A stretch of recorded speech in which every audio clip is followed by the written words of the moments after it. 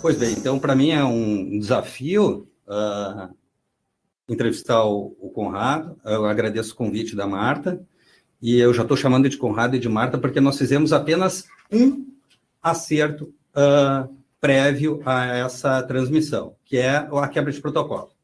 Por que a gente fez a quebra de protocolo? Pelo seguinte, nós estamos em casa, né? O Ministério Público é a minha casa, é a casa da Marta e é a tua casa. A Fundação Escola Superior do Ministério Público é a tua casa, né? Enfim, é professor da graduação, do mestrado. Então, nós estamos em casa. E esses dias eu fiz uma palestra, não mais de 10, 15 dias, numa universidade onde estava, para minha satisfação, o reitor da universidade, fez questão de estar presente, e anunciaram ele como um magnífico reitor, mas eu nunca chamei um reitor de magnífico reitor, entendeu? Eu acho que nem ele gosta, ele tem menos idade que eu, de ser chamado de magnífico reitor.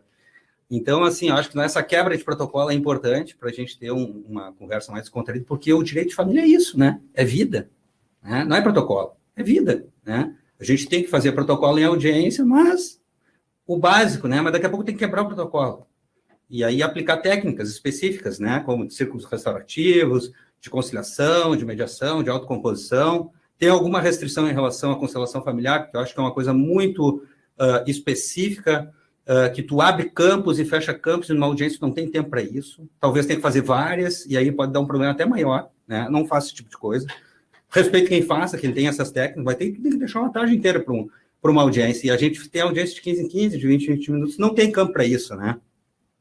Dizer assim que na minha labuta diária, os teus livros na área doutrinária são os mais citados, né?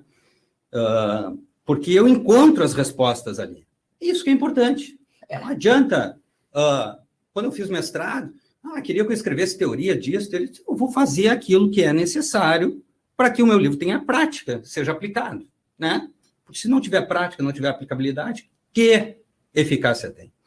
E por falar em livros, então, a Marta falou que tu tem dezenas de livros, e realmente tem dezenas de livros, mas eu fiz questão de trazer alguns que estavam assim comigo, né? E que são livros bem importantes. Então, sobre inventário e partilha, imagina, um assunto extremamente rico, né? Tanto para o Ministério Público, quanto a magistratura, quanto para o advogado, né? Uma área próspera, onde dá para se ganhar dinheiro, e ganhar dinheiro é bom. O problema de ganhar dinheiro é quando tu usa o dinheiro para o mal. Mas o dinheiro é bom, entendeu? Prosperidade é bom, abundância é bom. Mas as pessoas usam para o mal, muitas vezes, o dinheiro. Aí é outra questão, né? Eu trouxe aqui o livro básico, né? Direito de Família Contemporâneo, que deve ser esse que está na 8ª edição. Né, já está na 9ª agora. Na 9ª edição, então está desatualizado nosso protocolo, né? E esse aqui é o que eu uso no dia a dia, né? Eu, os estagiários, assessores, enfim. E esse da Teoria Geral do Afeto, né? Esses dias eu fiz um recurso só com base numa questão. Um menino lá estava com o pai e tal, chorou muito na audiência, e de toda 1h e pouco de gravação, a única coisa que me apeguei, assim, é que foi perguntado para ele: tu sente amor na tua família, dos teus pais? Do teu pai e da tua madrasta? Não. E mesmo assim foi julgado para ficar com o pai, e ele tinha o interesse de ficar com uma avó que não era parte do processo. E eu recorri, como custos legis. Esse guri não tem afeto. Como é que uma criança vai viver sem afeto? Ele tem subsídio material, ele tem subsídio estrutural, uma família aparentemente estruturada, mas ele diz que não tem amor em casa. Vamos ver, vamos trazer essa avó para a história. Não é parte do processo, vamos ampliar o processo. Entendeu? Processo é processo, né? Ele é uma formalidade. Nós temos que ir num material. Como nós vamos resolver aquilo ali? Né? E aí trouxe os teus, mas trouxe os meus. Alguns também. Só que a nossa diferença é a seguinte: eu conheço os teus, tu não conheces os meus. Porque eu não concorro contigo. Então, esse livro aqui, O Visão Jurídica, que é um livro que já está esgotado há muitos anos, que eu não reativei, ele é de 2004, foi o 3º livro de direito das águas do Brasil. Eu escrevi sem fonte, então eu fui fonte na época. Por isso que ele foi um livro que teve a sua importância em algum momento. Hoje são milhares e milhares de livros sobre direito das águas, né? Muita tese de mestrado, doutorado, pós-doutorado. Mas, na época, eu vi há mais de 18 anos atrás, que esse era o assunto do futuro, né? E não tinha matéria sobre isso. Então, esse livro vai ficar de recordação. Não é para ler, porque ele está desatualizado, né? Mas só como um registro histórico, assim, né? Então, a minha área, assim, ambiente jurídico envolvendo as águas. Isso aqui é um site do Conjuro que a gente escrevia, e eu saí agora, mas coordenado por professor Vladimir Passo Freitas, que tem o Gabriel Vedi, o Talden, o Mirra, né? E aí saiu um dos livros, dos artigos que a gente publica no Conjuro, Estado, Meio Ambiente e Jurisdição, né? Então, são todos, esse aqui é o segundo, que é o do mestrado, Gestão da Água e Princípios Ambientais, né? E, assim, vários, né, do Vladimir Passo Freitas, que é um mestre para mim, um amigo e um mestre, né? E outros tantos aqui, Gestão de Bacias Hidrográficas, mas eu apenas cito porque não somos concorrentes, né? Para dar conhecimento. E a questão de família, assim, o que é, para mim, o diferencial? Eu entendo que nós, o ser humano, o promotor, o juiz, o advogado, nós somos nós e nossas circunstâncias. E eu tenho uma família diferente. Então, cada comarca que eu passei, eu acabei tendo um filho, né? Quase todas, né? Menos Torres e São Leopoldo. Então, lá na primeira, em Erechim, eu era voluntário de um abrigo. E aí, tinha 30 crianças. E aí, em determinado momento, eu vi que uma menina ia morrer, né? Bem pequenininha, com 7 meses. E eu não tinha tentado ter filho. Mas eu não podia deixar ela morrer. Entende?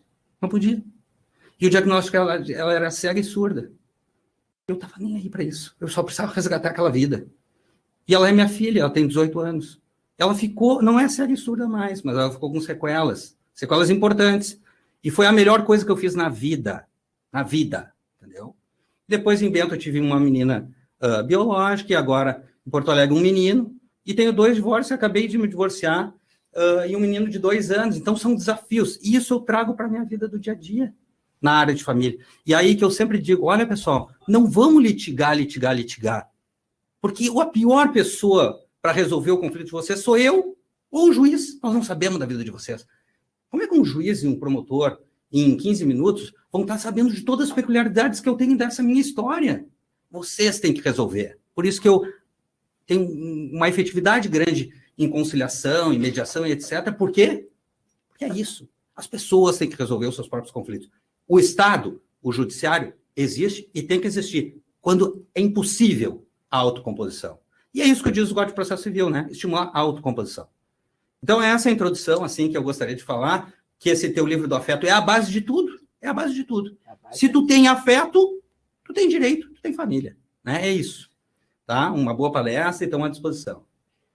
Então, em primeiro lugar, um bom dia a todos e a todas que estão nos assistindo. Quero agradecer aqui a Marta pela oportunidade, agradecer ao Eduardo aqui pela acolhida.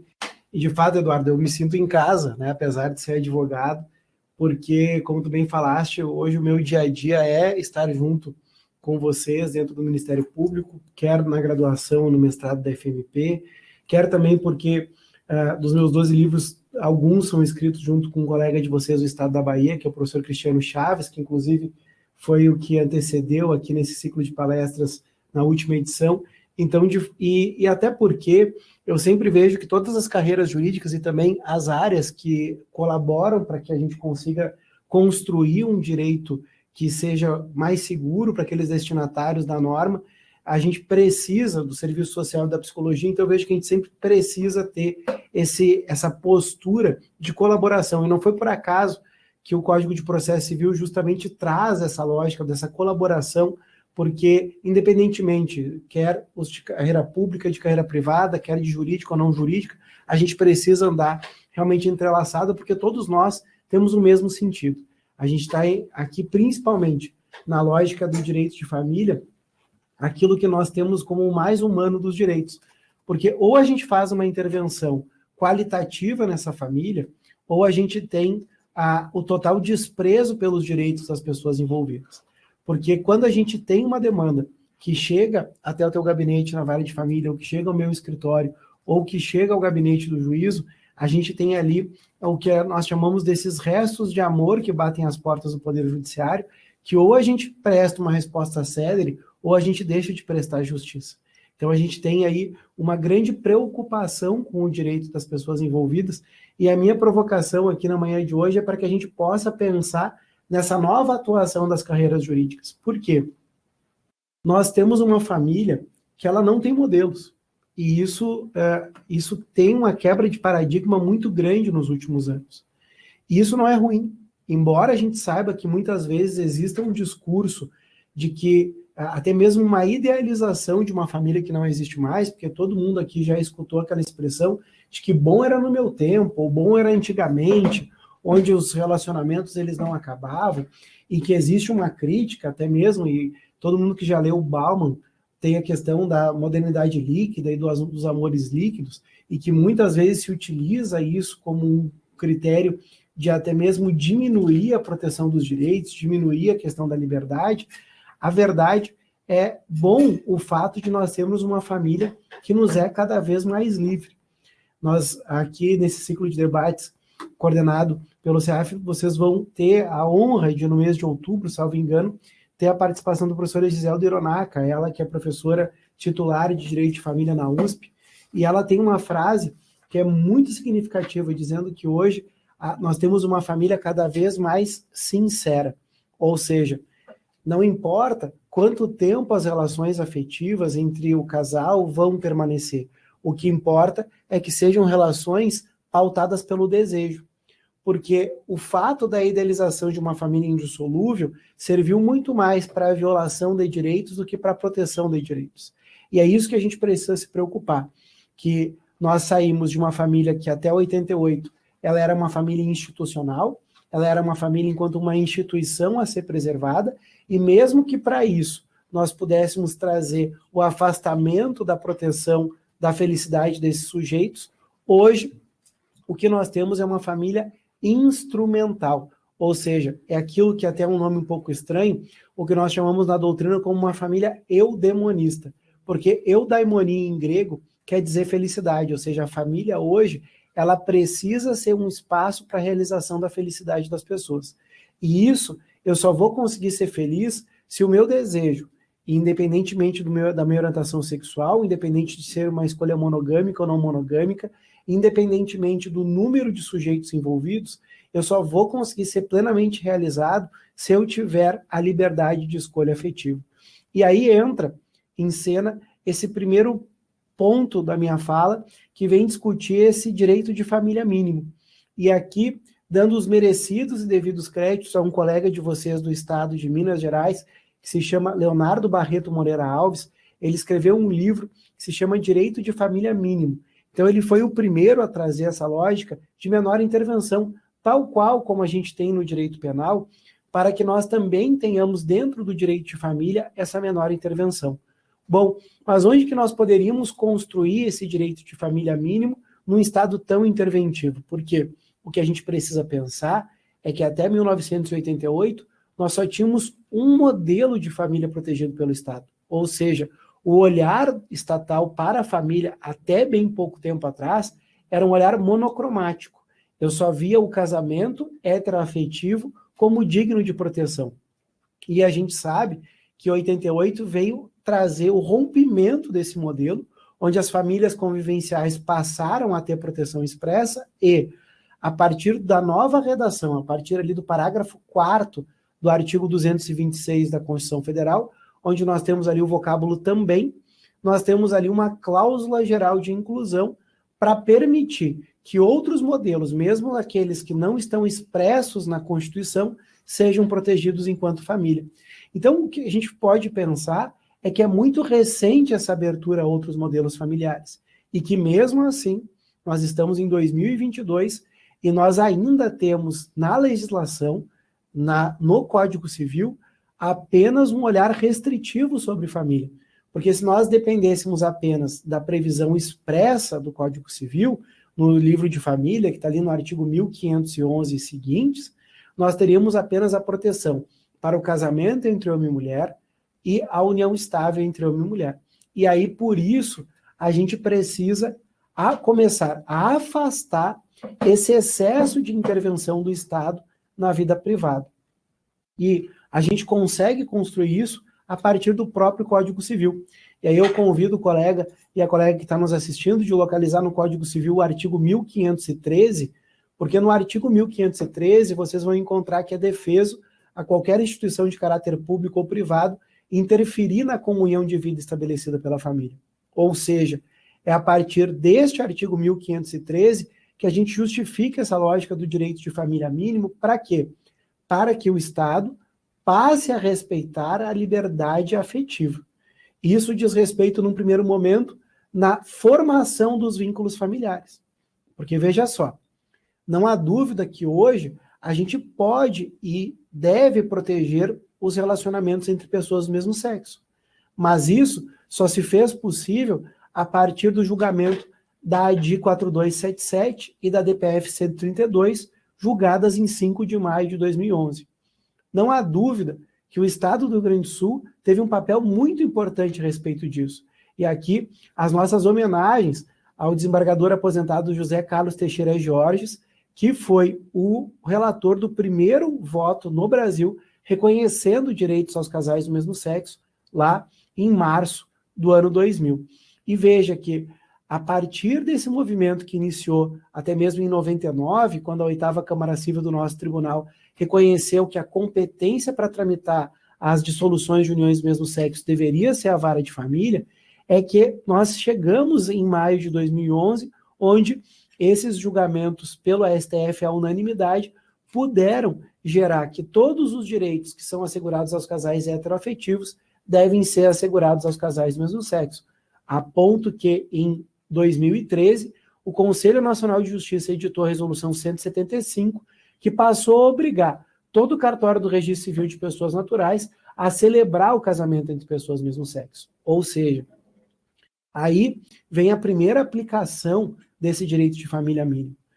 Nós podemos e devemos proteger as relações, independentemente da orientação sexual, e aí vem, nessa lógica, a proteção da família homoafetiva.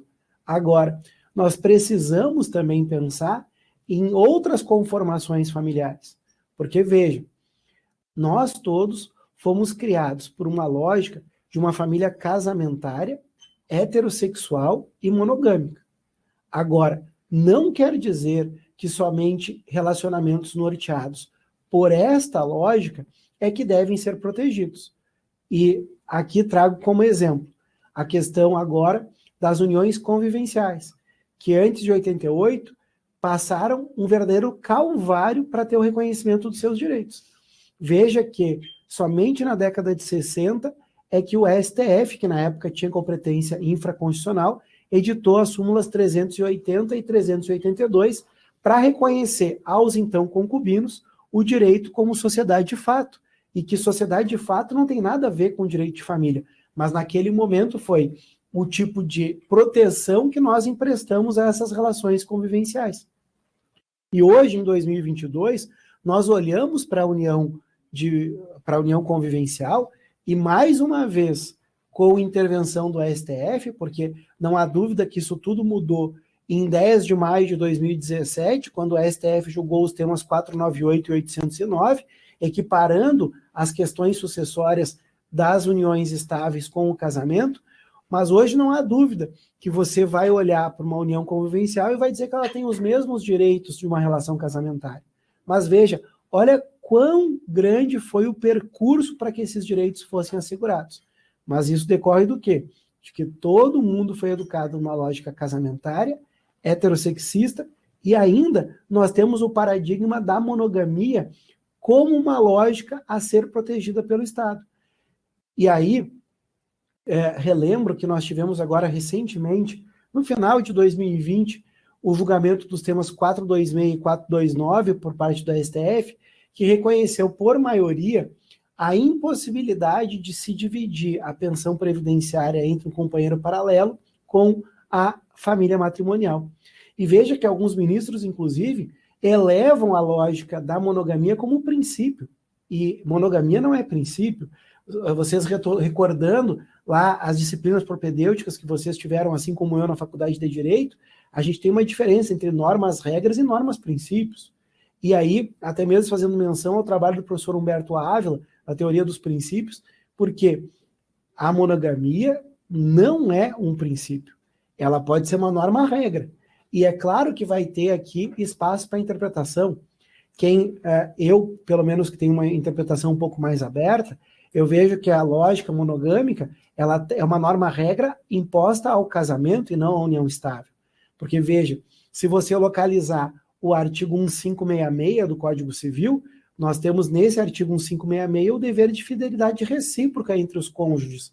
Todavia, quando o legislador vai trazer aos companheiros, lá no artigo 1724, o legislador não usa o termo fidelidade, ele usa o dever de lealdade. Ao meu sentir, lealdade e fidelidade são espécies diferentes. E onde, por exemplo, eu posso dizer para ela, olha, eu fui infiel, eu te traí, estou te contando, veja, eu fui infiel, mas eu fui leal. Claro que tu conta e sai correndo, porque para não correr perigo. Mas, de toda forma, eu só quero mostrar para vocês que nós temos lógicas diferentes nos relacionamentos. É claro que os colegas vão encontrar na doutrina muitos autores defendendo que dentro do dever de fidelidade está o de lealdade, ou seja, que ali na lealdade teria a mesma proteção. Mas eu, pelo menos, vejo nesta falta de previsão expressa da fidelidade à união convivencial um espaço aberto para que a gente interprete a possibilidade de emprestar direitos às uniões paralelas e até mesmo às uniões poliafetivas. Mas por que eu estou falando disso? É desse direito de família mínimo, que eu vejo que cada entidade familiar ela pode criar o seu próprio regramento. Cada pessoa maior e capaz vai ter o espaço de verificar quais são as regras, quais são os modelos a serem perseguidos por aquela entidade. Porque, mais uma vez, eu só vou ser realizado se o meu desejo ele for respeitado. Por maior que seja a desacomodação que as minhas escolhas elas importem. Porque a gente ainda continua valorizando muito a questão monogâmica. E aqui, gente, eu não estou dizendo que é para simplesmente todo mundo que está nos assistindo abrir o seu relacionamento e depois não coloca a culpa em mim. Na verdade, é uma escolha individual. Cada um de nós, talvez, pode fazer a opção de um relacionamento heteroafetivo, monogâmico, casamentário. Mas eu não posso querer que toda uma população de mais de 200 milhões de habitantes tenha esse paradigma como certo. E aí vem esse espaço da autonomia privada. E aí, cada vez mais, a gente tem aberto a esta possibilidade. E aí vamos pensar já do que nós temos de forma legislada.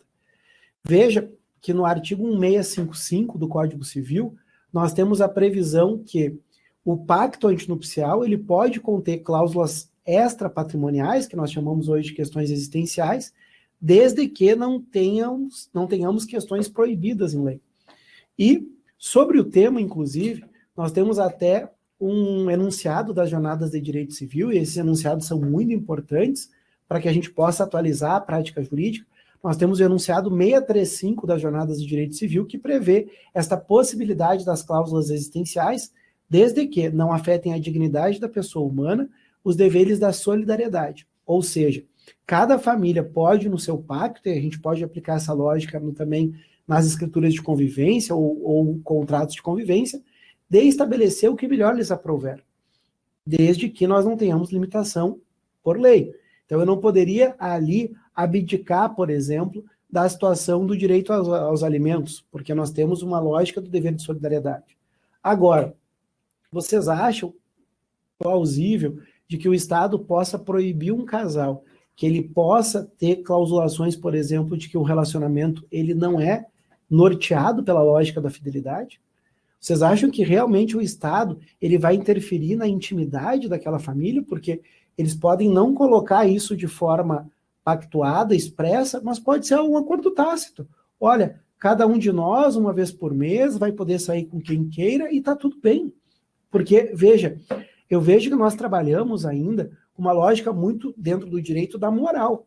O direito muito se reveste na moral dos bons costumes, sendo que a vida ela é muito mais dinâmica do que isso.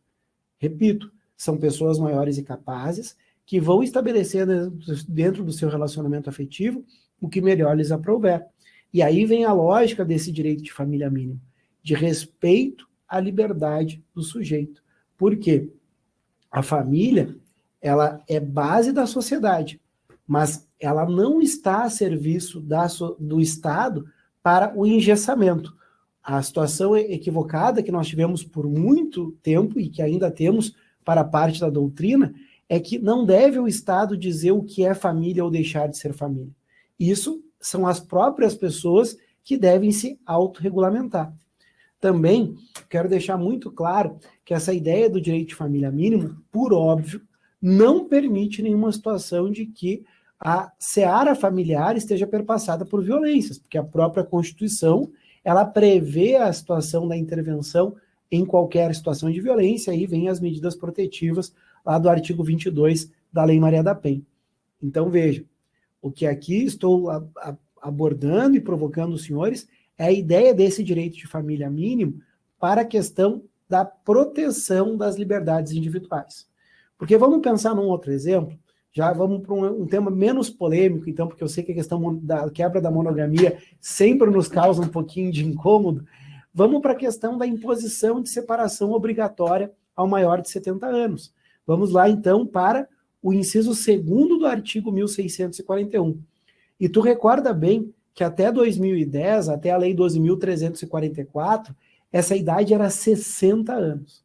Ou seja, até bem pouco tempo atrás, se você tinha 60 anos, você não podia escolher o regime de bens. Hoje é 70 anos. E veja que com 70 anos, você pode comprar e vender imóveis, você pode doar bens, você pode ser ministro do STF, ou seja, a pessoa pode decidir se você vai ser preso depois de segunda instância, mas a pessoa não pode escolher regime de bens. Ou seja, eu tenho até uma espécie de interdição parcial do sujeito, partindo do pressuposto de que eu, depois dos 70 anos, se eu mantiver um relacionamento, ele será por interesse. Ou seja, numa época em que, dentro da lógica do Estatuto da Pessoa com Deficiência, a capacidade é a regra e a incapacidade é a exceção, hoje nós continuamos, e até seria uma espécie de etarismo, ou seja, eu estou tendo um preconceito pela relação da idade, né? Porque a gente sempre parte do pressuposto, e vocês também aqui nesse ciclo, vocês vão contar com a palestra da Andréa Pachá no segundo semestre, ela que é desembargadora no TJ do Rio, uma pessoa excelente, e que tem um livro sobre os velhos são os outros. A gente tem muito esse preconceito, como se a questão do idoso não tivesse o direito à questão da vida sexual. E aí a gente impõe a esses sujeitos a impossibilidade de escolha da questão do regime de bens. E aí a gente já tem algumas alternativas para isso. Porque, veja, se eu tenho 72 anos, a situação de vir a imposição do regime de separação obrigatória, eu vou ter algumas alternativas. Por quê? Nós temos a súmula 377 do STF, que impõe, que traz a comunicação dos aquestos. Ou seja, o Estado vem e diz que eu não posso escolher regime de bens, mas vai ter aquestos pela opção da súmula 377 do STF. E se eu não quiser ter esses aquestos? Bom, nós temos o enunciado 634 das Jornadas de Direito Civil, e esse enunciado 634, ele nos traz a possibilidade de afastar em pacto antinupcial ou em contrato de convivência a aplicação dessa súmula 377. Também, agora, de forma muito recente, eu participei da última edição das Jornadas de Direito Civil, onde nós aprovamos um enunciado, que é o enunciado 654, que considera válida, então, o enunciado 654 das Jornadas de Direito Civil, considera válida a doação entre pessoas casadas pelo regime de separação obrigatória. Então, veja, nós já estamos na prática relativizando essa questão impositiva, por quê? Para a liberdade dos sujeitos.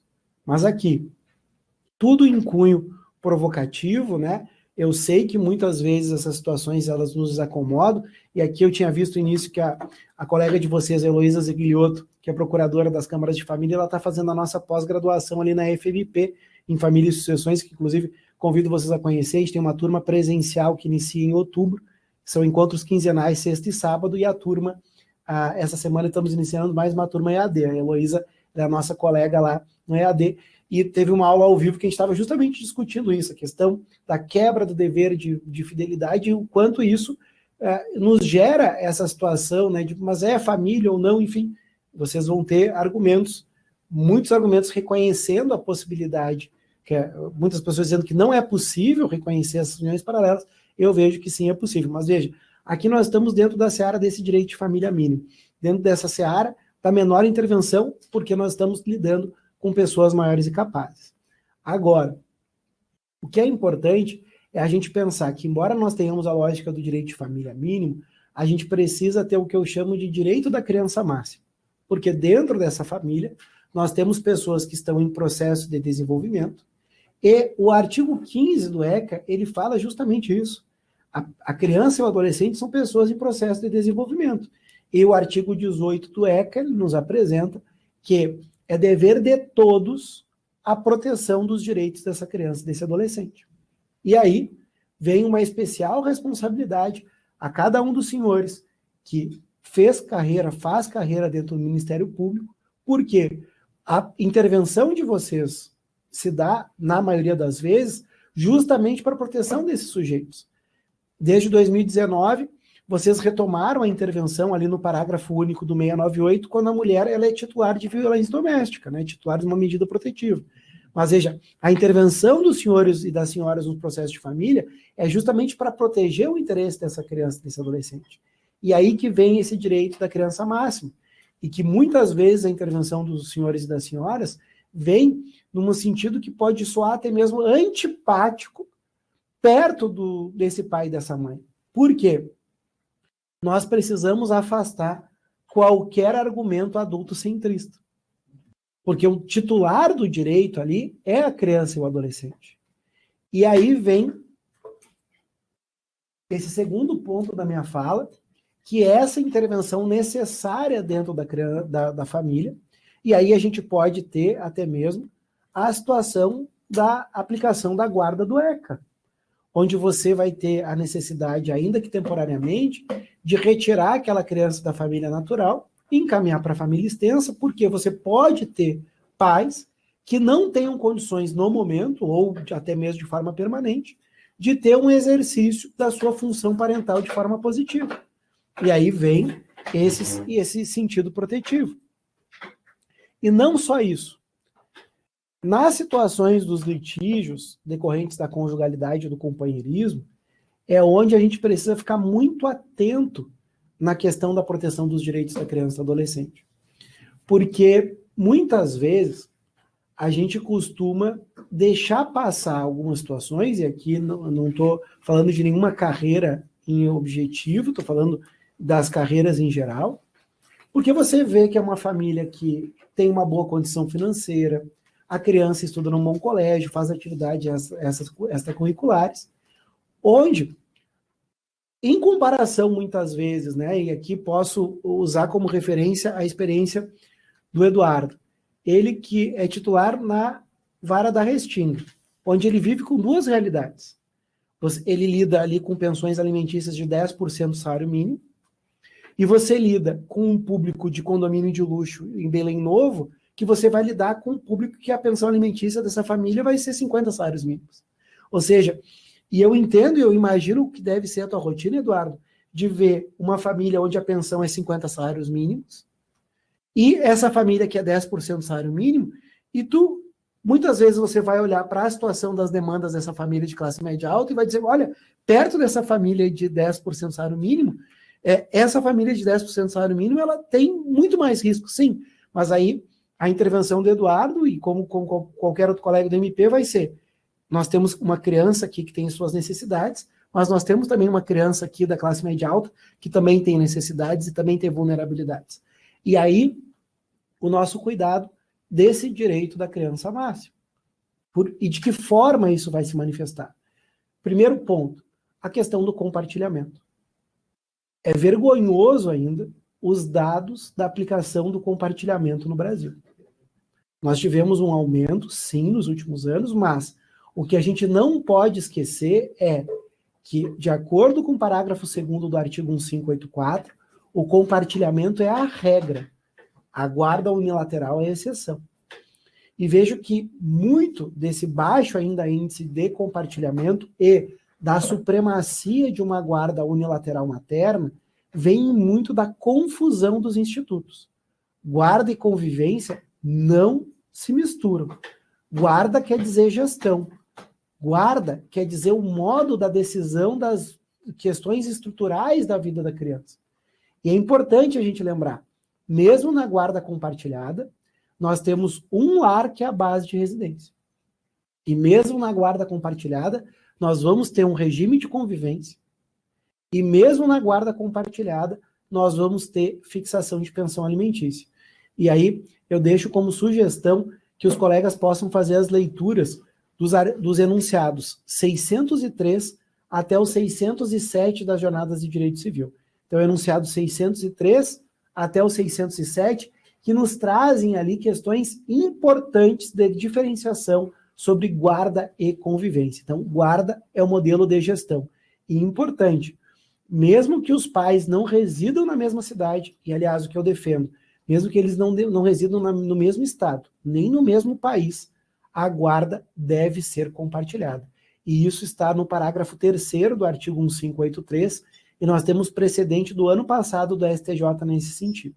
Então, a guarda compartilhada é a regra, mesmo em caso de litígio, e aí nós temos precedente do STJ antes mesmo da alteração legislativa de 2014, e aí eu sugiro que os colegas também possam fazer a leitura do recurso especial 1.251.000, então recurso especial 1.251.000, de relatoria da ministra Nancy Andrighi, que já nos apontava, antes mesmo da Lei 13.058 de 2014, que o compartilhamento é a regra. E eu repito, mesmo em caso de litígio, que é o que eu chamo de guarda compartilhada coativa, ou seja, eu tenho um dos meus livros que eu justamente trabalho esse dever de impor, principalmente no caso de litígio, porque guarda compartilhada não é prêmio por bom comportamento. E até porque eu vejo a questão do compartilhamento como uma forma de política de gênero. Mas, Conrado, o que gênero tem a ver com guarda? Para mim, tem tudo. Porque aí eu convido para quem está nos assistindo fazer uma reflexão interna. Se você, na sua família, teve alguém que abriu mão da sua profissão ou da sua vida pessoal para cuidar de alguém, é bem possível que você vai encontrar na resposta uma mulher. É muito raro você ver um homem que abra mão da sua carreira ou da sua vida afetiva em nome do cuidado. Então, o cuidado, ele tem gênero no país. E nós estamos condicionando. Nós que estamos tanto lutando pela questão de igualdade de gênero, nós continuamos condicionando o cuidado ao gênero feminino. Eu vejo a questão do compartilhamento obrigatório como uma forma de modulação do comportamento de gênero. Porque o que eu mais escuto no meu escritório diariamente é, das minhas clientes mulheres, Conrado, é tudo comigo. Ele só é um pai de Instagram. O compartilhamento chama esse genitor para uma situação de coparentalidade. Eu sei também que pode parecer para quem está nos assistindo agora, Conrado, mas isso não funciona, porque como é que isso vai mudar? E aqui eu vou lembrar o que você estudou lá na graduação do imperativo categórico de Kant. Eu sei que muitas vezes quando a gente fala nesses autores mais pesados, a gente pensa, meu Deus, eu vou dormir que nem eu dormia na graduação. Mas veja, é muito mais simples do que a gente imagina. Pensa o seguinte, se tu tiver curiosidade, depois que terminar o nosso encontro, vai para o YouTube e coloca ali na busca sobre reportagens na época que o Código de Trânsito brasileiro foi alterado, obrigando o cinto de segurança. Ninguém queria usar o cinto e as pessoas ficavam indignadas. Como é que o Estado vem aqui me punir se eu não quero usar o cinto? Veja, hoje, tanto tempo depois, se tivéssemos uma mudança no Código de Trânsito, eu tenho certeza que eu, assim como tu, não deixaria de usar o cinto de segurança, porque a gente já se convenceu que o cinto ele salva vidas. E veja, aqui nós tivemos a aplicação do imperativo categórico do Kant. A lei veio numa situação, no primeiro momento, antipática, mas mudou o comportamento. Veja que a guarda compartilhada, Eduardo e Marta, tem essa função. Eu chego nessa família e digo, vocês estão em litígio, mas vocês deixaram de ser marido e mulher. Daqui para frente, vocês vão ser pai e mãe. E vocês vão ser para sempre. E isso mostra que os papéis conjugais, eles não tramitam na mesma órbita dos parentais. Ou seja, eu posso ter uma ex-mulher, mas eu não tenho um ex-filho. E aí vem a questão do Estado interventivo, vem o papel do Ministério Público na proteção dessa criança, dizendo, a guarda é compartilhada. Assim como nós também temos a questão do regime de convivência. Porque qualquer que seja o modelo de guarda, nós precisamos ter um regime de convivência. E aqui eu vejo mais uma vez a função de cada um dos senhores e das senhoras. Eu mandei aqui para a equipe do CEAF um artiguinho que eu escrevi junto com a professora Josiane Veronese, ela que é titular de Família e Sucessões na Federal de Santa Catarina, sobre a questão do direito de convivência livre. Que eu sei que muitas vezes, pela pauta de audiências estar apertada, a nossa tendência é dizer, deixa livre. Pois é, a minha visão é de que direito de convivência livre não protege a criança. Porque eu preciso ter uma regra. Ainda que esse casal tenha necessidade de flexibilizá-la no dia a dia. Mas eu vejo aí, mais uma vez, a necessidade da intervenção de cada uma das senhoras e dos senhores, assim como a minha visão de que nós precisamos regulamentar a rotina dessa criança. Por quê? Porque nós temos a necessidade de que esta criança e esse adolescente, ele possa frequentar ambos os núcleos familiares, possa ter uma situação onde ele crie interações afetivas com ambos os núcleos familiares. E isso precisa ser possibilitado. A própria psicologia nos traz essa lógica, né, de que a mãe precisa possibilitar que seja criado o espaço do pai. E aí, eu venho também trazer a provocação dos colegas, um recente anunciado, foi aprovado agora no final do mês de abril, nesse último encontro das Jornadas de Direito Civil, que é o enunciado 671 das Jornadas de Direito Civil. Então, é o enunciado 671 das Jornadas que diz o seguinte: mesmo a criança estando em tenra idade, ela tem direito à convivência equilibrada com ambos os núcleos familiares. E eu sei que esse enunciado também nos causa um pouco de medo. Mas como assim? Pois é, e aqui eu vou trazer um pequeno exemplo. Eu sei que muitas vezes a visão que se tem de advogado, né, de uma forma tradicional, é que advogado não escolhe causa, que não sei o que. Olha, eu digo, e não é porque estou aqui no espaço de vocês, eu digo em qualquer seara, que é só um advogado antiético não escolhe causa. Porque assim como na justiça do trabalho existem advogados pró-empregado, pró-empregador, eu digo na primeira consulta no meu escritório que eu sou um advogado pró-criança. Ou seja, é claro que quem me busca é o pai ou a mãe, mas eu sou o advogado dessa criança, porque eu preciso, para essa pessoa que está em crise, a destacar o que é melhor para esse filho, para que esses sentimentos da dissolução afetiva não afetem a parentalidade. Porque eu sei, todo mundo que está passando por um processo de família, essa pessoa não se encontra no seu momento em condições normais de temperatura e pressão. E aqui, a verdade é que ninguém morre de amor. Todo mundo aqui já sofreu por amor. Eu sei que o sentimento, muitas vezes, é que a gente vai morrer, né? Mas a gente não morre. O máximo que vai acontecer é a tua playlist ficar no sertanejo por mais tempo.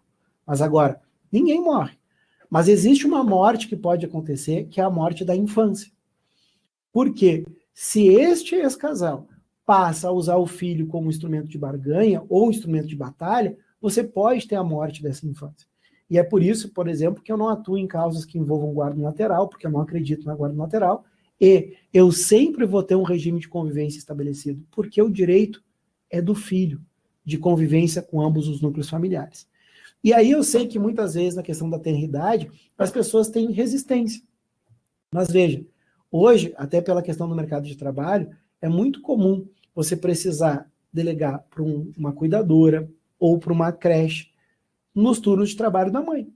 E daí o que a gente precisa destacar é que assim como essa criança precisa da mãe, é natural que vai ter a questão da amamentação, e depois, quando essa mãe retornar ao trabalho, muitas vezes se retira o leite ou se usa o suplemento, esta criança ela tem direito a conviver no núcleo paterno, mas não restrito no ambiente, porque muitas vezes o que se quer vai ser dentro da minha casa nos horários que eu quiser. Não, a criança tem direito a conviver com outro núcleo familiar. Então, isso é o direito da criança máxima, de que ela tenha o direito de convivência com ambos os núcleos. E aí é uma preocupação na proteção desses direitos dessa criança e adolescente. Outro enunciado também que foi aprovado nessas últimas jornadas é o enunciado 691 das Jornadas de Direito Civil. E esse enunciado 691, ele nos traz que a exibição da criança em redes sociais, a utilização dos dados, tem que atender o melhor interesse dessa criança. Que é uma questão aqui que até, Marta, fica a sugestão para a gente marcar uma outra oportunidade, que é o que nós chamamos de sharing ou oversharing, que na verdade é o excesso de exposição das crianças em rede social. Conrado, mas o filho é meu, eu faço o que eu bem entender. Alto lá. A gente tem que tomar todo o cuidado do mundo, porque nós temos ali um sujeito de direitos. E aqui trago um exemplo. Todos vocês já acompanharam memes, crianças que viralizaram por algum motivo.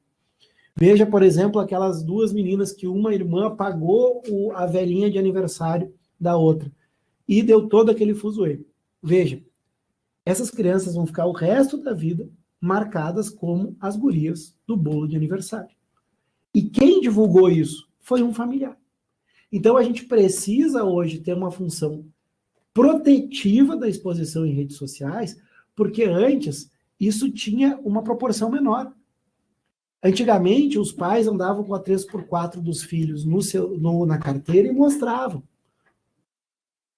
Talvez o maior constrangimento que tu passou foi quando teve o primeiro namorado ou primeira namorada, a tua mãe pegou a caixa de fotos e te mostrou para ele umas fotos da infância.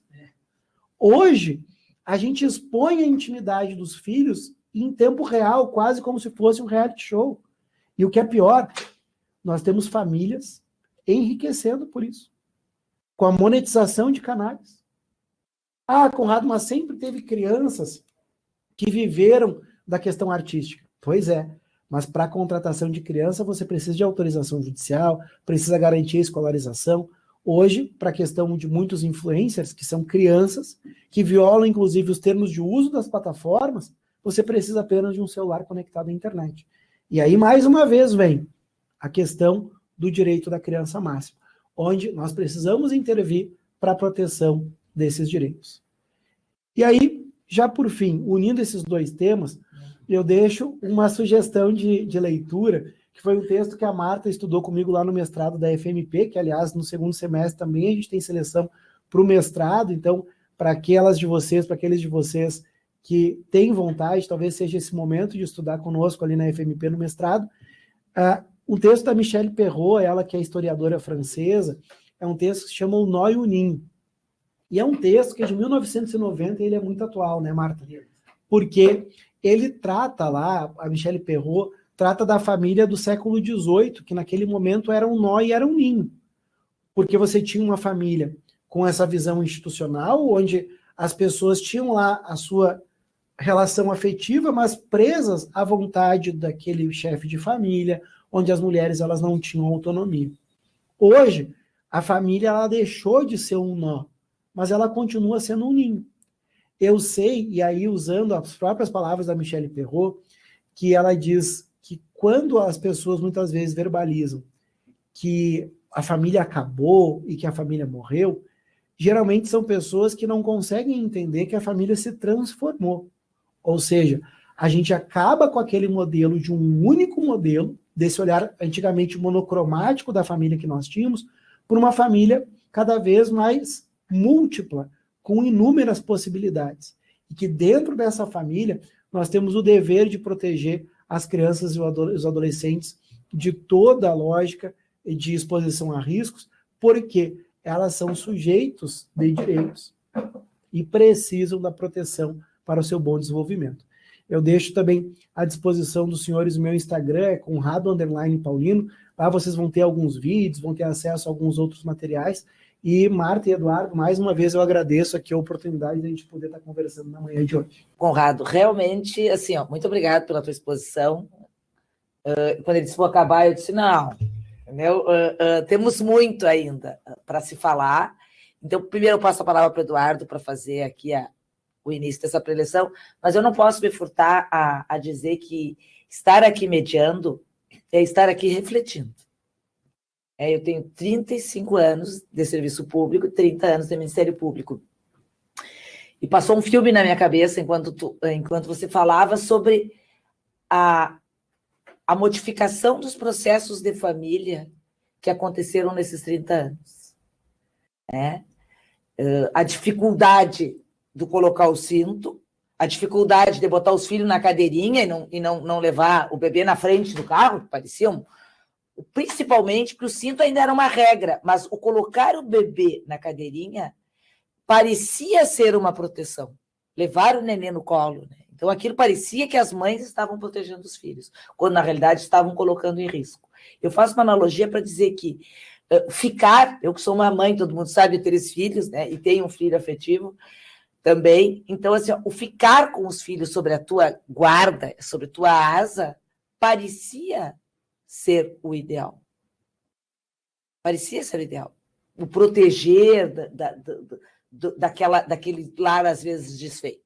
Então, essa era a tendência que tínhamos, porque esse era o conceito que nós tínhamos em proteção da criança. E tudo que veio ao longo desses anos, porque naquela época, estou me lembrando da minha primeira comarca, nós já reconhecemos uma família, uma união estável durante um casamento. Naquela época, 1990 e alguma coisinha, então já era reconhecido. Quando chegava a situação posta para nós, não tinha como recusar. Estava ali provado, não tinha o que dizer. Aquilo era uma família. Existia. Mas principalmente a questão do compartilhamento, da convivência familiar, da importância do afeto, realmente é um privilégio ter estado no sistema de justiça, e ainda quero ver isso se desenvolver mais, para ver e viver as evoluções da família e do seu direito. Doutor Viegas, e aí? Bom, eu vou fazer algumas pequenas colocações de anotações que eu fiz e fazer umas 2, 3 perguntas, né? Primeira, tu falou de o pessoal te adicionar no Instagram, eu entrei no teu Instagram ontem, né? Então, pessoal, adicionem, realmente tem um conteúdo muito bom e ele está precisando de seguidores, né? Porque ele tem apenas 61 mil seguidores, então acho que a gente tem que dar uma forcinha para ele. Mas é um Instagram de conteúdo e é por isso que tem 61 mil seguidores, né? Então, acho que se a gente somar todo mundo do prédio aqui, não chega nem em 10% do número de seguidores, até porque o meu Insta é fechado, mas por questão de segurança, né? A minha família está ali, enfim, a gente trabalha numa área conflituosa, né? O único fórum encravado numa vila do Brasil, né? Com vidros blindados, né?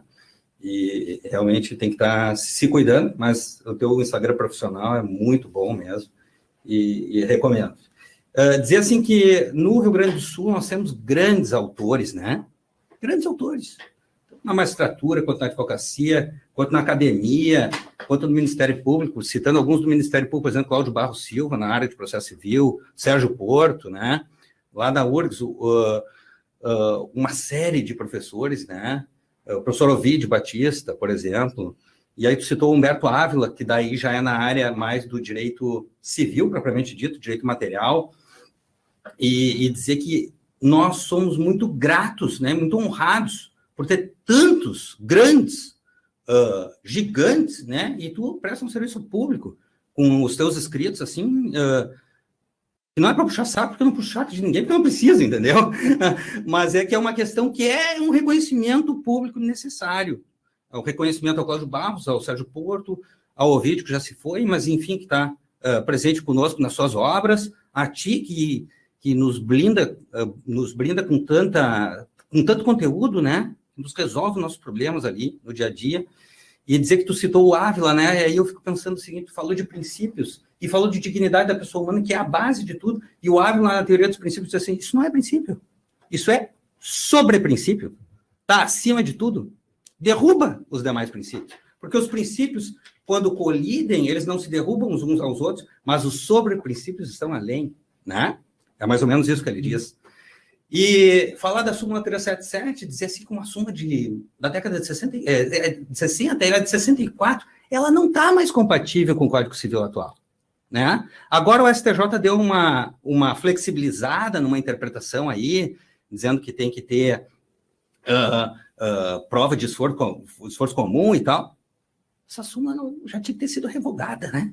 Porque ela diz tem que ter separação obrigatória de bens acima de 70 e quando não tem partilha de casamento anterior, mais ou menos ela equipara a comunhão parcial, né? Tá mal isso aí, né? Mas, não sei se a sua concorda com isso. Não, e na verdade, assim, A gente teve, antes desse embargo de divergência, que foi de 2018, a gente tinha cada uma das turmas dizendo uma posição. Uma das turmas dizendo que não precisava comprovar o esforço comum, a outra dizendo que precisava comprovar o esforço comum para ter a aplicação da súmula 377. E o problema é que esse embargo de divergência, eles não resolveram a problemática, Eduardo, porque o ministro diz assim, não, tem então que trazer o esforço comum. Tudo bem. Mas ele diz assim, mas o esforço comum não necessariamente é financeiro.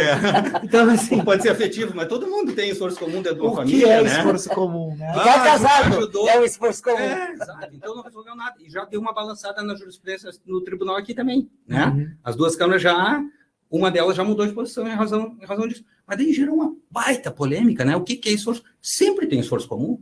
Né? Nesse conceito amplo que a STJ deu, não resolveu nada. Mas é que a STJ não pode revogar uma súmula do STF. O STF que tinha que se mexer, né? Porque na época ele tinha competência plena, e agora não, né? Mas tá caindo de maduro, isso aí dá uma bagunça, né? Dá uma instabilidade jurídica imensa. Mas só uma ponderação, nem estou te fazendo perguntas sobre isso. Anotei algumas 2, 3 perguntas que podem ser respondidas, eu acho que a gente tem tempo para isso.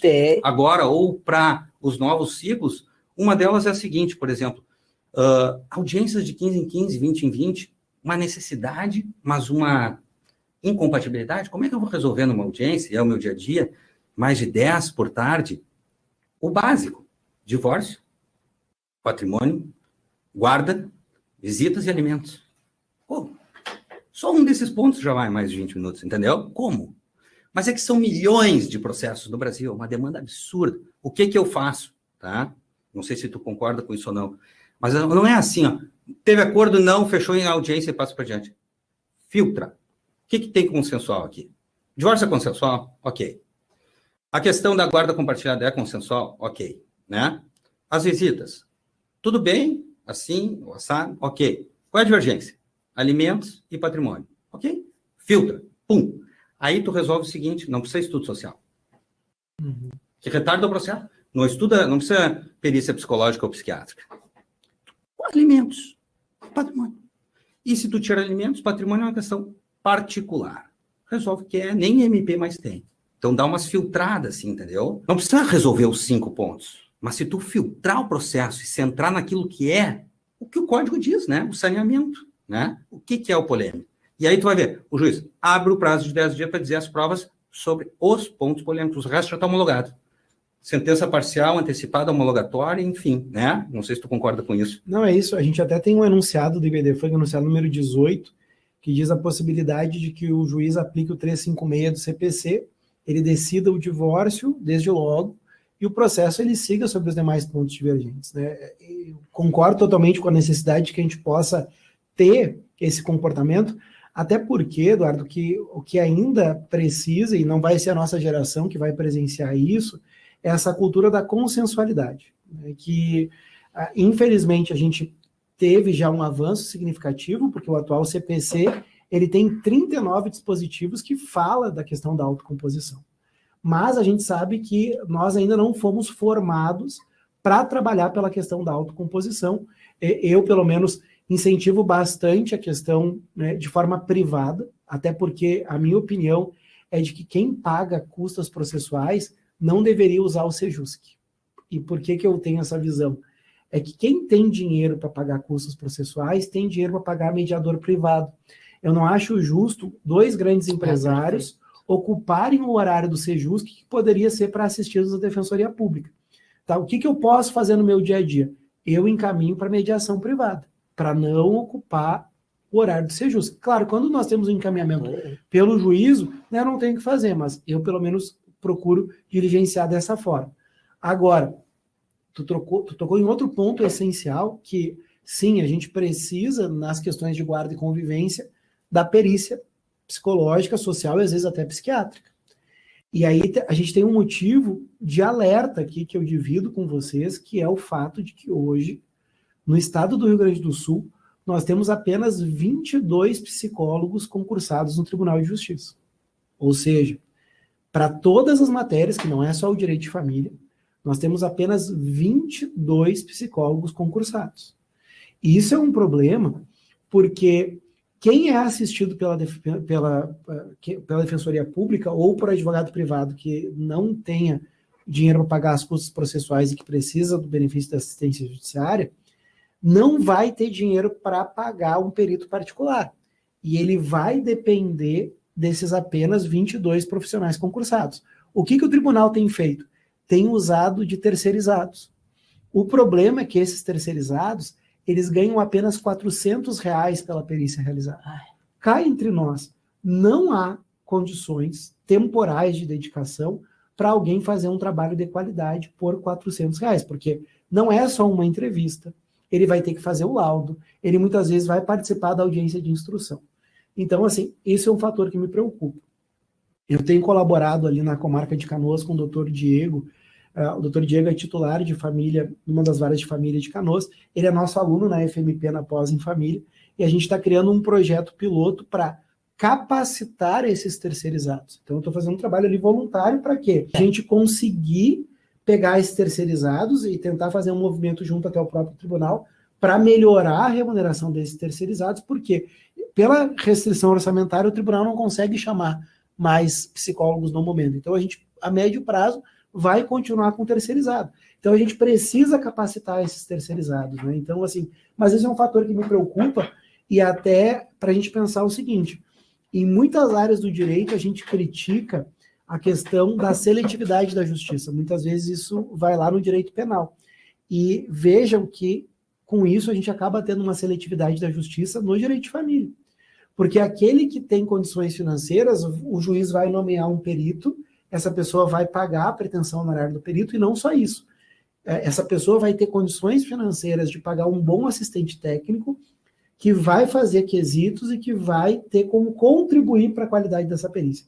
Então, esse ponto que tu tocou, Eduardo, ele é muito importante, porque as perícias, elas vão dar o subsídio para o teu parecer, elas vão dar o subsídio para a decisão do juízo, e a gente precisa ter esse trabalho interdisciplinar verdadeiramente, ou seja, a gente precisa, como uma forma de proteger essa criança e esse adolescente, até porque, veja, como é que eu vou saber qual das casas é a melhor, que tem as melhores condições para ser a base de residência?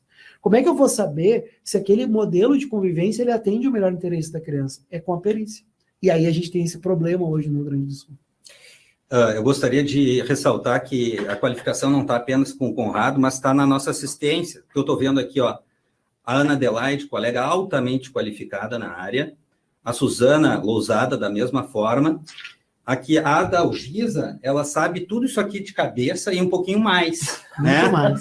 Aqui, ó, sobre inventário e partilha, ela simplesmente dá aula na prática, no dia a dia, né? Então, assim, a nossa assistência é desse padrão. E falar de procurador de justiça, falar da Heloísa Zigliotto, que é um monstro, né? E, particularmente, da Ana Marquesan, não posso nem chegar a me emocionar, porque, assim, ó, o ambiental tem outro patamar. O patamar do Rio Grande do Sul é elevado no Brasil inteiro em função de Silvia Capelli, Ana Marquesan, Annelise Steigleder, Saltz, né?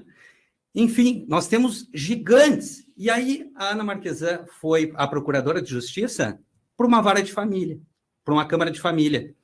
E aí eu digo assim, eu tenho visto os pareceres dela, e eu falei para ela, nossa, eu fico impressionado, tu é gigante na área ambiental, né? Respeitada no Brasil inteiro. E na área de família, ela dá show. Simplesmente tu pega um parecer dela, é irretocável. É aquilo que muda o posicionamento dos embargadores, né?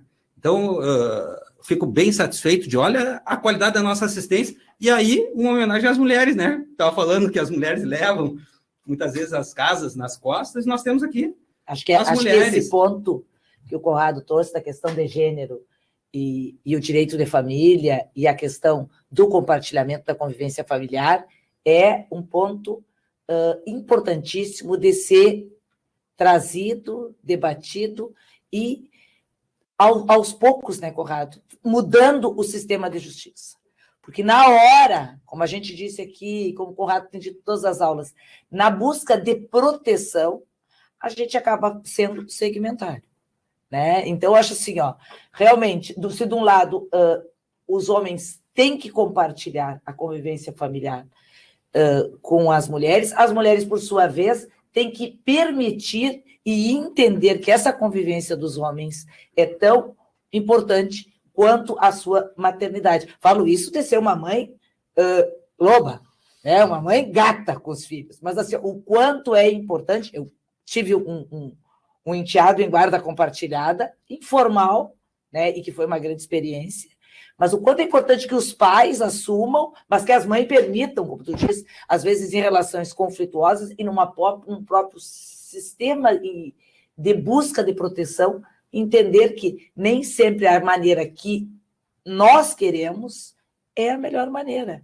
E nem sempre a visão que a mulher tem, estou falando agora aqui no papel das mulheres, não em todas, mas uma visão minha particular, nem sempre, às vezes, o que a mulher, como ela deseja, às vezes, criar os filhos, é a melhor maneira. Às vezes tem que, né, um pouco do que nós estamos trazendo aqui, que a gente fala muito na autocomposição, o entender a posição do outro, o compreender que o amadurecimento está na diferença, e isso vai fazer uma criança mais completa e mais feliz.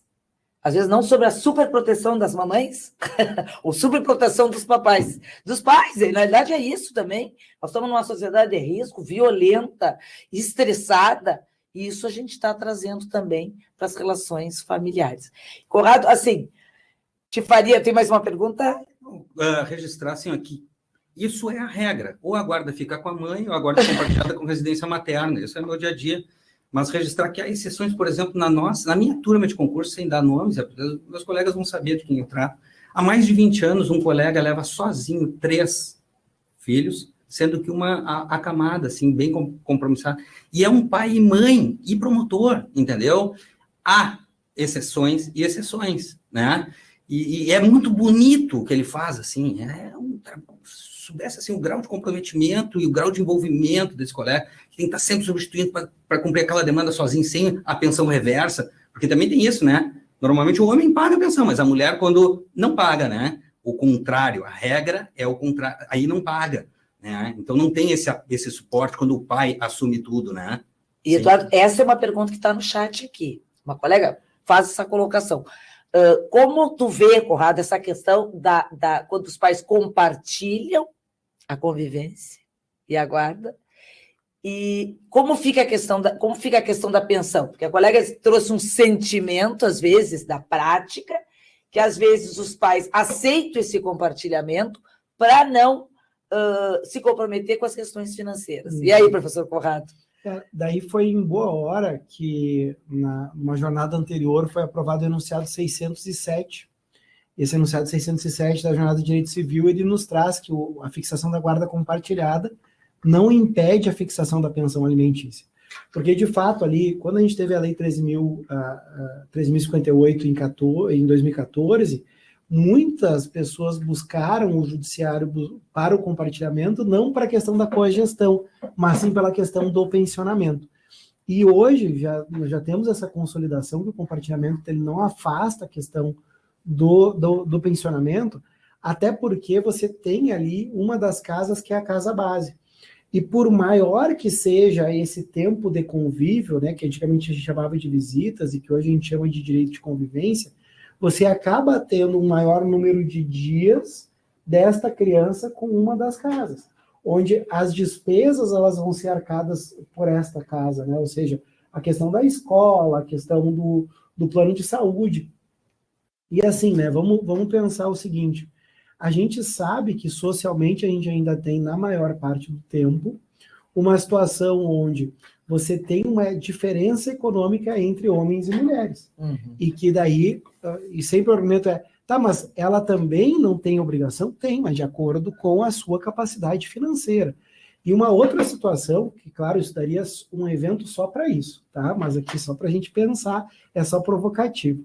Na última edição do Direito de Família Contemporânea, eu trago uma provocação a respeito daquelas mães, na sua grande maioria, que têm uma necessidade de dedicação maior em razão de alguma característica especial do filho. Imagine que você tem uma mãe autônoma e tem um filho no espectro autista. Essa mãe, muitas vezes, vai se transformar numa motorista. Ela vai ter que levar em todas as atividades especiais, ela vai ter questão de fisioterapia, ela vai ter toda uma situação, e que hoje, se a gente for pensar, e eu sou um grande defensor da ação de exigir contas em alimentos, que agora também está na lei, de forma clara, que aquele que administra algo, ele tem obrigação de prestar contas, né? Então, assim, não há dúvida.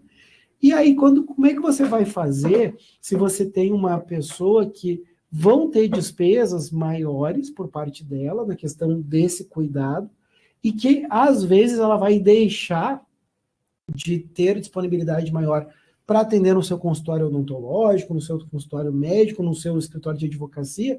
Será que nós não deveríamos pensar em alguma forma de compensação financeira por essa dedicação? Nós não teríamos aí uma indenização ao tempo útil para a questão de cuidado? Ah, mas olha só, é o filho. Sim, mas ela está perdendo a sua força de trabalho em detrimento, muitas vezes, de um genitor que não está abdicando do seu mercado de trabalho, mas ela tem uma despesa maior de tempo. Então, assim, só a título provocativo. Acho que a gente tem que começar a pensar nessas particularidades, porque a gente acaba, muitas vezes, tendo uma pobreza de gênero, né? Você tem aí, por essa questão do cuidado, ela ser delegada ao gênero feminino, você tem uma pobreza de gênero. E que, veja, o momento pandêmico, ele apenas demonstrou isso tudo. E aqui trago dados ali, uma dupla de mestrandos na minha disciplina ali na FMP no mestrado, fez uma pesquisa com 600 famílias. Eles fizeram um formulário no Google, porque nós estávamos naquele momento de, inclusive, restrição das atividades presenciais nas escolas, e a pergunta era, para quem tinha filhos, você reduziu as suas atividades de trabalho por causa da pandemia em relação aos cuidados do filho? 75% dos entrevistados disseram que sim. Daí a próxima pergunta era, se você reduziu, quem reduziu mais? O pai, a mãe ou ambos? Quase 60% quem reduziu mais a sua força de trabalho foram as mulheres. Ou seja, nós estamos em 2022, a gente continua com uma questão de uma supremacia da questão da dedicação dos cuidados parentais para as mulheres, e isso tem para o mercado de trabalho uma questão de diferença salarial. Então é isso que a gente precisa pensar também, não só na proteção dos direitos da criança, mas nas questões de gênero envolvidas na questão do cuidado. Eu tenho duas perguntas, uma que está aqui eu estou aqui no meu WhatsApp, porque também os colegas costumam conversar muito comigo aqui durante os eventos. Professor, eu lhe pediria o seguinte, a questão dos enunciados do BDFAM, vários aqui me perguntam, como é que funciona a questão dos enunciados do BDFAM? E já lhe aproveito e já deixo a pergunta que o senhor está lendo aqui, que o Eduardo também me falou aqui, da Patrícia Zanck, perguntando assim, mas fixaria, com relação à questão que o senhor está falando, mas fixaria uma verba de natureza, de que natureza ser paga? Indenizatória? Que felicidade, a Patrícia, que é me orientando ali no mestrado da FMP, vejo que os alunos estão presentes, inclusive, para garantir, né? E promotora de outra regional, como eu, né? A promotora do regional lá do Partenon. Do Partenon. Faz um trabalho excelente, está fazendo uma dissertação linda ali conosco na FMP. Então, o caminho, Patrícia, seria, dentre a fixação alimentar, você ter uma rubrica destinada à questão a essa mulher.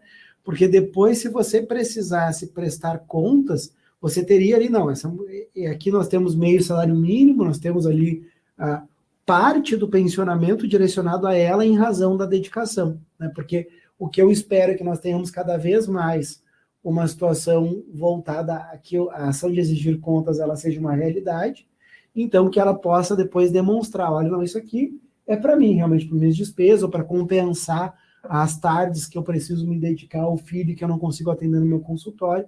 Eu vejo que esse seria o caminho. A questão dos enunciados, do IBDFAM, você pode entrar no site do IBDFAM, que tem uma aba lá, enunciados, que a gente tem, ao todo, quase 40 enunciados aprovados. Os enunciados das jornadas de direito civil, você entra no site do Centro de Estudos da Justiça Federal, e aí você já tem quase 700 enunciados aprovados, e é algo muito sério, aprovar um enunciado nas jornadas não é fácil, assim, são aprovação de 2/3, então, só para vocês terem uma ideia, na Comissão de Família e Sucessões nós éramos 58 participantes, e que nós analisamos 260 enunciados, que viraram 60, e que viraram para a plenária final 12, que foram aprovados 6.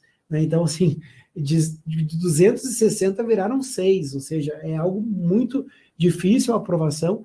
Nos meus livros eu sempre trago os enunciados, inclusive tem um livro com o Cristiano Chaves, chama Direito de Família na Prática, em que a gente pega artigo por artigo e coloca lá os enunciados das jornadas, os precedentes do STJ, e quem quiser um cupom de desconto para esses livros, me manda lá um direct no Instagram, que vai ser um prazer eu poder mandar para vocês um cupom de desconto para esses livros.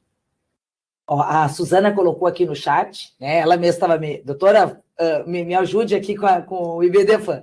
Está aqui é muito importante. Eu também conheci há pouco tempo, estava fora da prática da área, conheci no mestrado esses enunciados, são muito importantes de ser construído, e isso também começa não só a uniformizar, mas também dar uma visão geral das provocações e de como elas estão sendo, essas reflexões estão sendo estabelecidas e tratadas pelos profissionais da área. Eu vejo a importância, e falo, principalmente quando eu estou direcionando a minha fala para advogados, é que uma realidade é, por exemplo, do Eduardo, da Patrícia, da Heloísa, que trabalham em especializada. Outra questão é um colega de vocês que está numa comarca de entrância inicial, em que é humanamente impossível que a pessoa esteja atualizada sobre todas as teses num direito tão dinâmico como é o direito de família. Né? Então, aí eu vejo a questão dos enunciados como uma forma de demonstrar as carreiras jurídicas a todas elas, e olha, este direito já está tão consolidado que, embora nós não tenhamos previsão legal, já tem um enunciado nesse sentido. Né? E aí eu vejo que nós temos um papel muito importante desses enunciados, principalmente pelo fato de que nós temos um processo legislativo muito lento. A gente tem aí situações, grandes lacunas a serem preenchidas, e aí vem os enunciados nesse sentido. Eu acho que a questão Viegas, bem que o Conrado trouxe, que é bem importante, que a gente tem trabalhado aqui no Centro de Estudos, e aperfeiçoamento funcional. Porque tem uma questão que eu disse assim, ó, quem não passou, eu passei, né? Quem não passou, muita gente não passou, mas na minha geração não passou pela criação e pela promulgação do Estatuto da Criança e do Adolescente. E aí ficou aquela coisa do menor. O menor, e aí a gente ficava assim, a terminologia, acho que esses enunciados, esses eventos, essas leituras vão trazendo o que eu acho que é muito importante para o aperfeiçoamento das nossas equipes, inclusive e nosso, é a questão de começar a usar a terminologia das novas legislações. Então, a questão do afeto, da convivência, de vir usando a terminologia agora, porque isso vai mudando a cultura. Tu não acha, Eduardo? Sim, deixa eu falar visita, falar convivência. A gente usa intercalado para não ficar convivência, né? Mas o termo é convivência, né? Tá na Constituição, né? Isso. Assim, uma pessoa me mandou, me esclarece como que a tua filha era cega e surda e agora ela não é mais. E ela teve outros problemas, inclusive a gente tem que entrar com o processo de curatela em função de outros problemas de drogadição na gravidez, desnutrição depois. Mas assim, estava atestado, exame Bera, surda, desde pequenininha. Como que ela superou isso? O amor e o afeto. Então, entre o céu e a terra, há muito mais coisas que a gente pode imaginar. Né? O amor cura ou mata.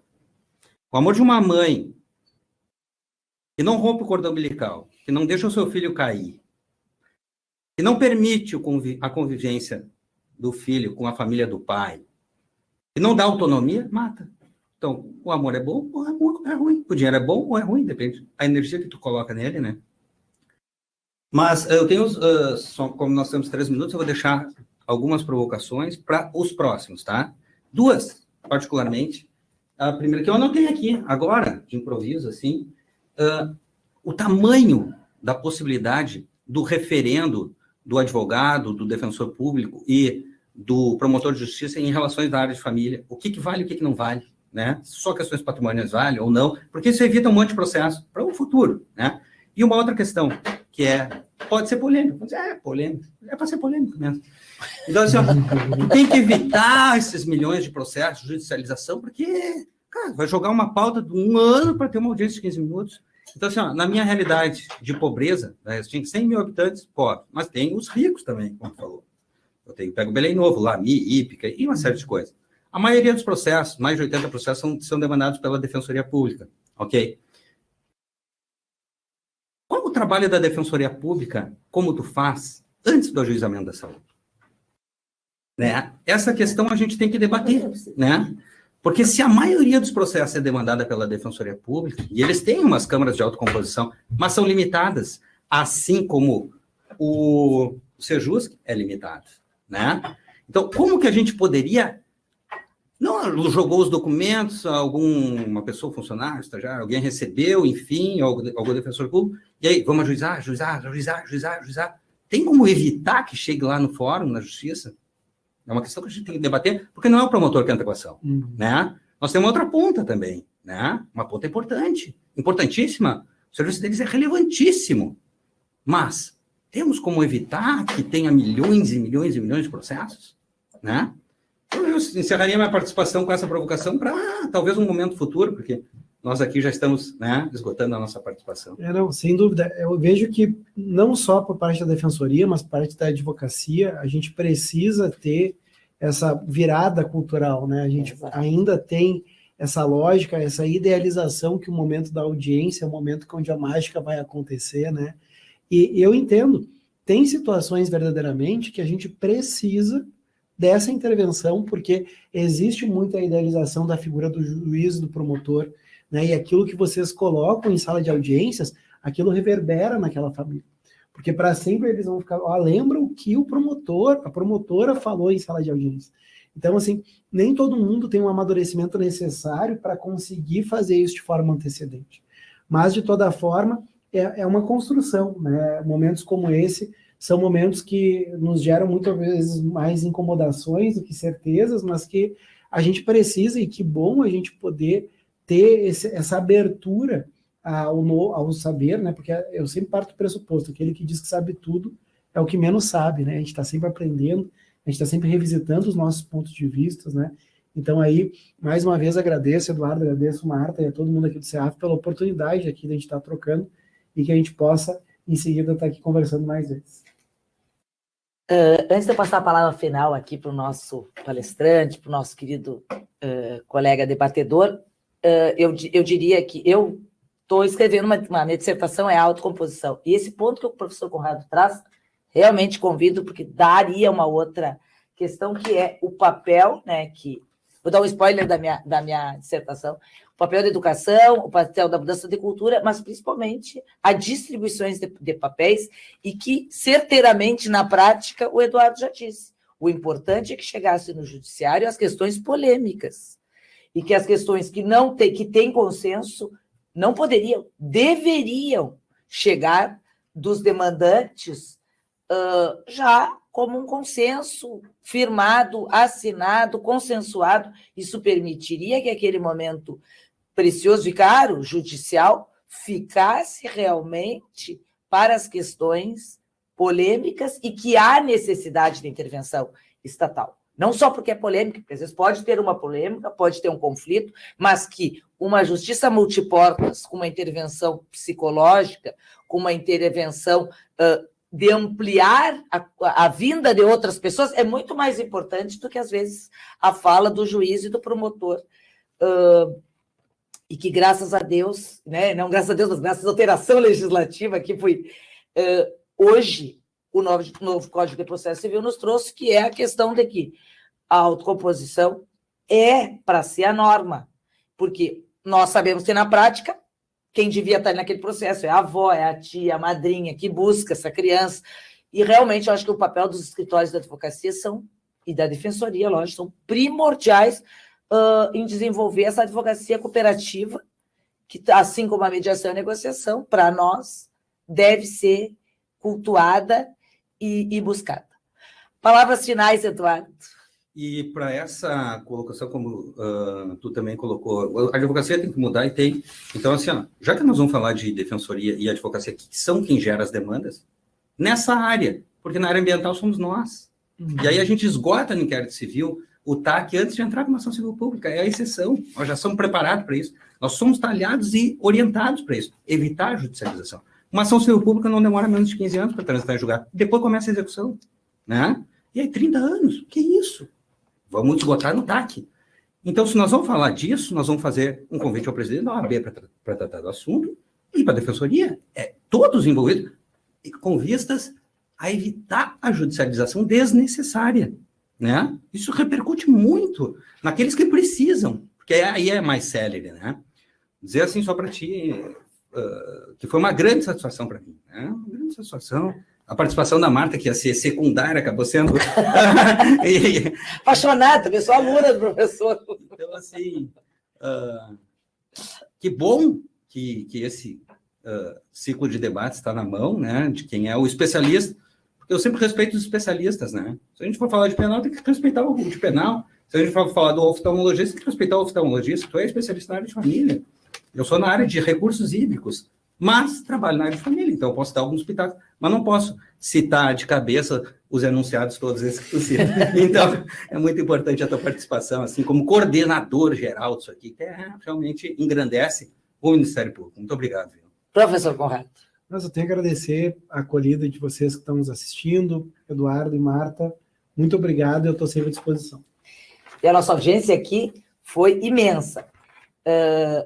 Fazendo realmente o último agradecimento aqui ao Eduardo, que trouxe aquela questão da prática, da vivência. Professor Conrado, com seu conhecimento, que está provado e comprovado pelas obras que ele tem escrito e pelos locais onde ele está ministrando conhecimento, nós queria dizer que nós temos ainda 2 eventos para fechar o nosso ciclo de família. No dia 6 de setembro, Velhos São os Outros, e a proteção do idoso, que o professor Conrado aqui vai nos sugerir, a Andréia Pacha, e não só sugeriu, como ele nos dá o contato e faz o pedido que a pessoa, que o palestrante venha, e dia 11 de outubro, o futuro do direito das sucessões, com a Giselda Hironaka, que também independe de informações. Mas falar para os colegas e lembrar a todas as equipes, os servidores, os colaboradores, que todos os eventos que nós fizemos nesse ano e o ciclo do ano passado, né, professor Conrado, está disponível nos nossos cursos disponíveis com direito à certificação e que estão lá o papel do MP no inventário e na partilha, com Marcos Antônio Rodrigues, a curatela na prática jurídica com Nelson Rosenwald, o papel do afeto na prática jurídica com o Cristiano Chaves de Faria, e outros cursos. Assistam e também estão todos no YouTube, para que, lógico, né, Conrado? Isso aqui, o papel de um centro de estudos é trazer a provocação, é levantar os temas à reflexão. Mas, logicamente, precisaremos, né, de um aprofundamento aí, e a FMP aí está disponível aí para fazer esse aprofundamento para todos nós. Muito obrigada, e amanhã estaremos aqui, o CEAF vai receber amanhã o ministro Wagner, da Controladoria, no que vai trazer transparência e controladoria, e que vai trazer para nós uma questão também que é muito debatida lá no nosso mestrado, que é o acordo de leniência. Quem vai debater vai ser o nosso colega, ex-procurador-geral Fabiano Dallazem, com a abertura do nosso procurador-geral Marcelo Dornelles. Vamos discutir essa tão importante questão na sociedade de risco, na sociedade de expansão do direito penal e processual penal, e a questão aí que também não está só sendo discutida na área civil e processual civil, que é a questão do consensualismo no direito penal e processual penal. Aguardamos vocês amanhã às 10 horas para também discutir um pouquinho essas questões. Muito obrigado a toda a equipe do CEAF que fez com que fosse possível estarmos aqui hoje em mais essa proposta de aperfeiçoamento funcional dos nossos membros, servidores e colaboradores. Muito obrigado e até amanhã.